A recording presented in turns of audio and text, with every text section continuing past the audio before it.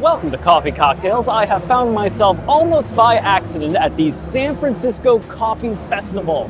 I only found out about this 1 day ago. I have no idea what I'm doing, no plan, 4 hours and a caffeine headache. So we're gonna find something to do and or drink and or annoy.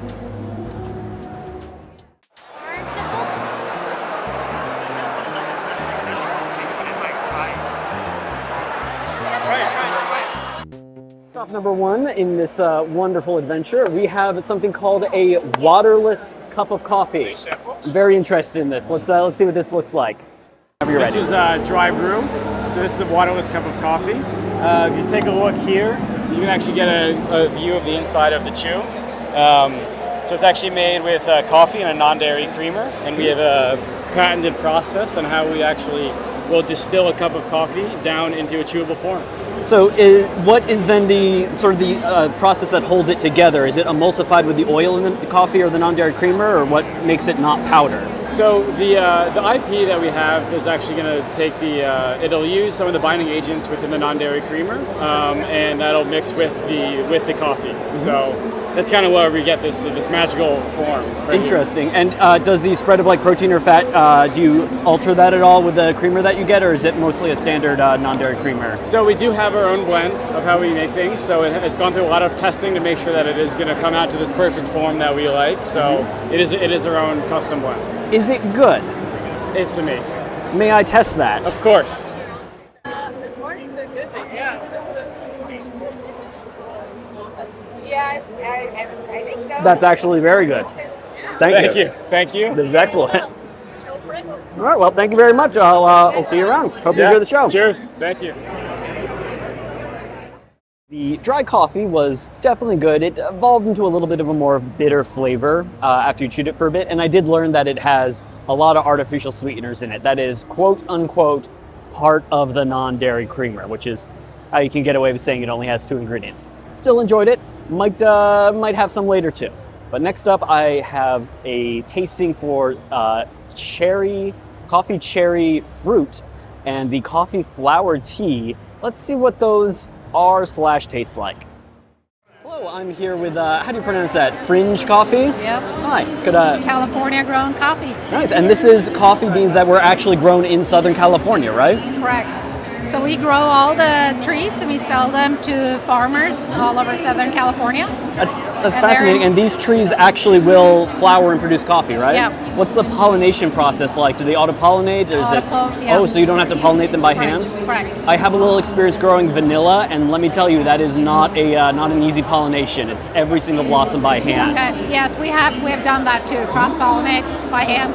Yeah. Fascinating. And for when you're growing these, what kind of conditions do they need to be grown in? Do they need to be grown inside a greenhouse or under a tarp or just outside? In Southern California, we can grow them outside. Wow. Pretty much where you grow avocado. Really? Yeah. At low elevation? Yep. And we don't want frost. Wind can be a problem, but otherwise, yeah. Yeah, I think this is really interesting. I'd actually never heard of coffee being grown in the lower 48 U.S. Well, any of the 48 besides Hawaii. We are the original coffee farm in California. And how long have you been had this whole farm for? Well, Fringe Coffee started in 2017. Oh, okay. But Jay, our founder, he started growing coffee way before that. Excellent. And today you have a lovely sampling of raw coffee cherries. Yes. Demonstration of the coffee process This is natural process and wash process. Mm-hmm. Fantastic. And your own coffee, which you say is genetically half calf? Only the Lorena. Ah, okay. That's interesting. So it's not a decaf process. It's actually just the cherry itself is. Yeah. That's excellent. Well, yeah. I've been trying some of the blossom tea already, and I can tell you it's excellent. So thank you very much for your time. Thank you. Person just handed me a 70% dark cocoa with chaga mushrooms in it, and I'm going to eat it. No disrespect to the man in the mushroom needle felted hat. The coffee mushroom chocolate just tasted like chocolate. That's how all mushroom chocolates tend to taste. I also did not get any larger, despite what video games have assured me after consuming mushrooms. Up next, though, we have a whiskey coffee tasting, which I'm very interested in. Yes. So we have it on draft.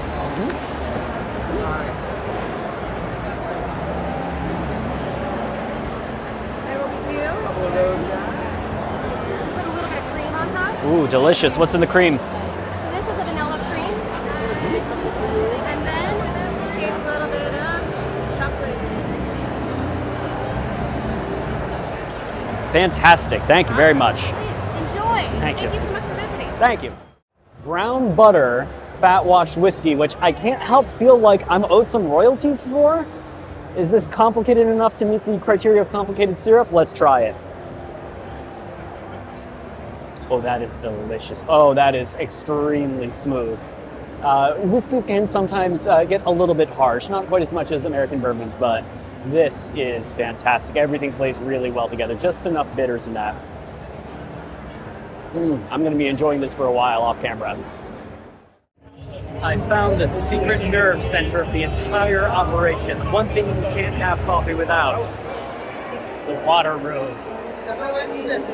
Gaze at its beauty and mystery and all that water. So, Aiden brews 2 different styles of coffee, batch brew and single serve. We have everything color coordinated, so it's really easy to tell what the difference Oh, look at that! So right now we're in the batch brew setting.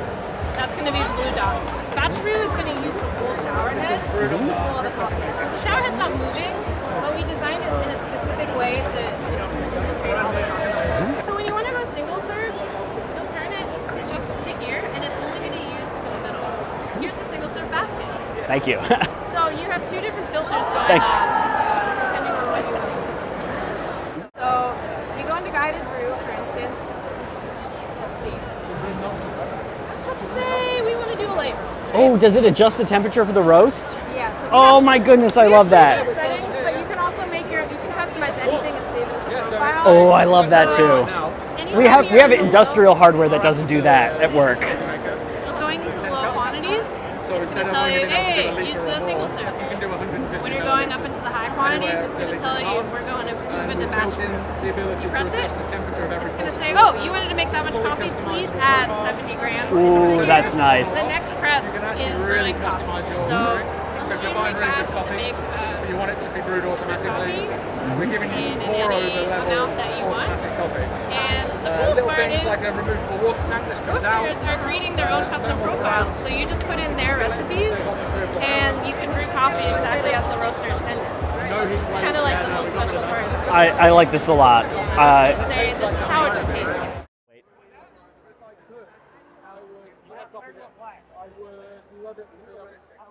Okay, but let's put all that to the test. Let's see how it actually tastes. Oh, whoa, hold on. That is actually excellent. There's no bitterness, no astringency at all. That almost has a peanut butter flavor for it. The only way you really get that is by getting the temperature just right. I hate to parrot a marketing line, but yeah, that is a precision brew indeed.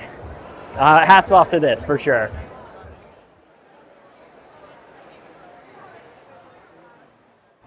Haha, the fools! They let me in here for free!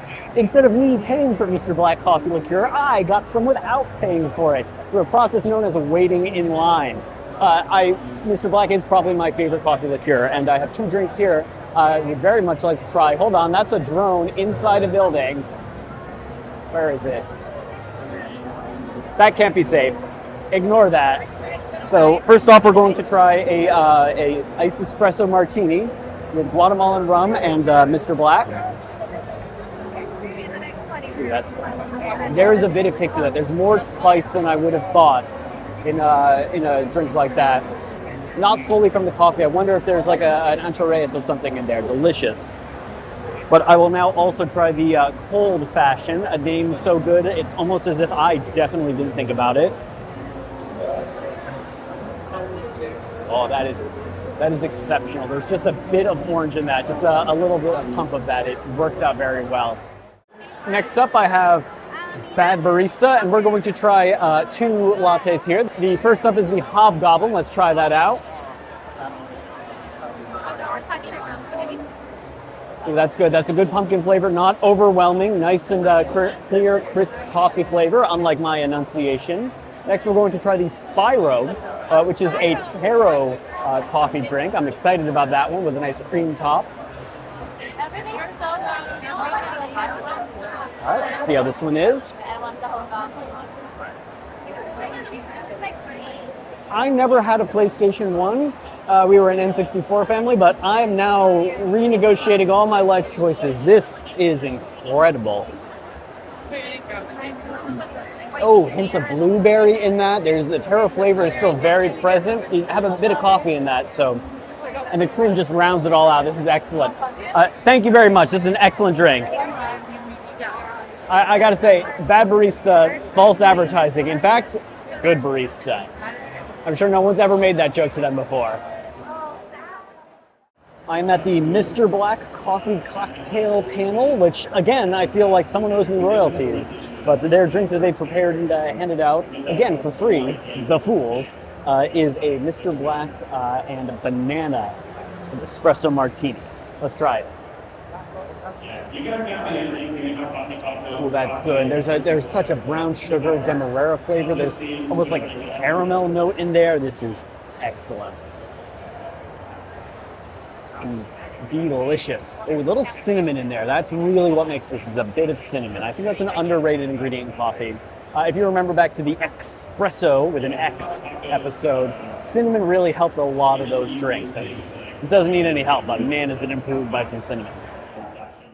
Hey, my name is Emilio Solehi. I'm the beverage director of a bar here in San Francisco called Cabana, which is a Latin American project.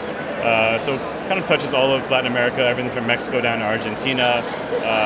Some of my family background is in Venezuela, so we take a lot of inspiration from South America. I've been bartending in San Francisco for about 10 years, but I've been working behind bars probably since I was actually 20 years old. So I've worked in dive bars, I've worked in Michelin Star, and I've worked in kind of high volume cocktail bars. So I've seen it all, so to speak. Well, I think any bar would like the drink that you made. Could you tell me a little bit about what you have here? Yeah, sure. So we were just making a cocktail called the Banano, or banana, essentially. At our cocktail bar, our menu right now focuses on kind of single ingredient ideas and flavor profiles. So we have a passion fruit cocktail, we have a mango cocktail. This is the banana cocktail. So this cocktail was very nostalgic for us. Like I said, my mom's from Venezuela, so she would make us these like really delicious like banana smoothies when I was a kid with cinnamon and vanilla. So this cocktail is less about trying to do something like weird and impressive and more about just trying to do something that is like nostalgic and comforting. So the cocktail we have here is a Guatemalan rum, some Pedro Jimenez sherry, some Mr. Black cold brew liqueur, as well as a cinnamon and vanilla banana oat milk.